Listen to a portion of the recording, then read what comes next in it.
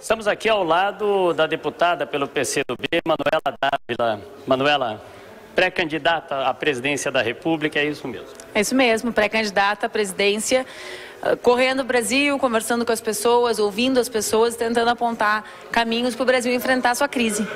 Como é que você está vendo a situação atual do país? Os políticos hoje não têm uma credibilidade muito grande. Como é que você pretende acabar aí com essa imagem, pelo menos é uma imagem muito arranhada dos políticos no país? O Brasil vive uma crise econômica e política muito severa. Nós precisamos transformar a eleição no momento de debate dessa crise. Como enfrentá-la, como garantir que o Brasil encontre o caminho ou reencontre o caminho do crescimento econômico, como garantir que a nossa indústria aposte nos caminhos de inovação e gere emprego de qualidade por aqui. Então, o Brasil precisa fazer esse debate durante a eleição e não há jeito, né? Nós precisamos ocupar a política. Eu sou alguém que há 20 anos escolheu militar num partido porque acredito que nós precisamos transformar a política para que ela transforme o Brasil. Não haverá mudanças no Brasil se nós não ocuparmos a política, se nós não radicalizarmos a democracia. É por isso que eu sou candidata a presidente do Brasil. Você se coloca como uma nova candidata, uma candidatura nova, enfim, uma alternativa, porque hoje os candidatos sempre são os mesmos, até a população reclama disso. Você se coloca como uma nova candidata ou vai ser a mesmice de sempre? Vejam bem, eu tenho 36 anos, não sou filha de nenhum político importante, o que já é uma raridade se tratando de política no Brasil, né?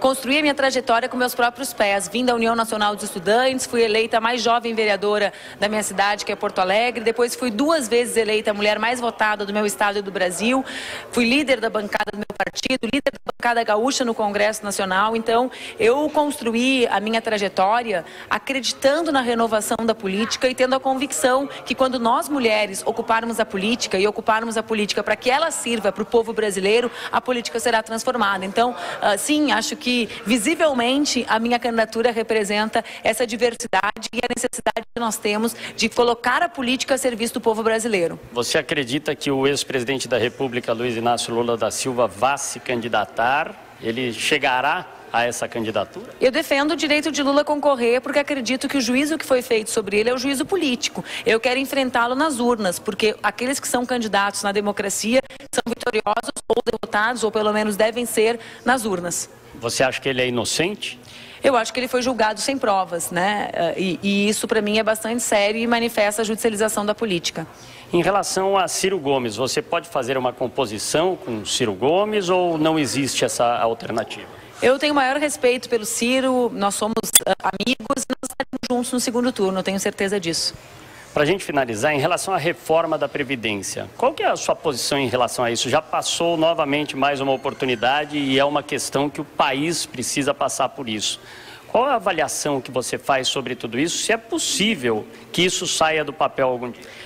Eu considero uma grande vitória que o povo brasileiro tenha feito que o Congresso não votasse uma reforma que acabaria com a Previdência Pública, que entregaria a Previdência para os banqueiros, né, que acabaria com a perspectiva das trabalhadoras e dos trabalhadores mais pobres terem uma vida digna na velhice. Eu encaro a terceira idade com respeito. Eu sei do papel que tem a aposentadoria paga no fim do mês na economia das famílias. Sei que as avós são quem cuidam dos seus netos na ausência do Estado e das creches para que as mães possam trabalhar. Então, eu defendo que o Brasil faça um pacto que passe pela redução de jornada dos seus trabalhadores, para que a gente viva a vida com dignidade e depois debata com qual idade nós iremos nos aposentar. Agora, o que se diz é que se não fizer uma reforma, daqui a algum tempo o país pode quebrar, não ter mais as condições aí de sanear, aí, enfim, essa questão. Como é que você vê isso?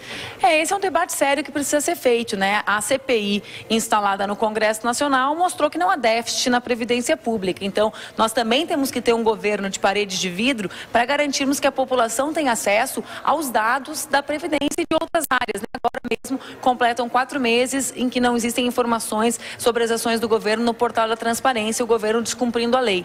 Para finalizarmos, qual seria o cenário mais complicado para a sua candidatura em relação a adversários nessa disputa?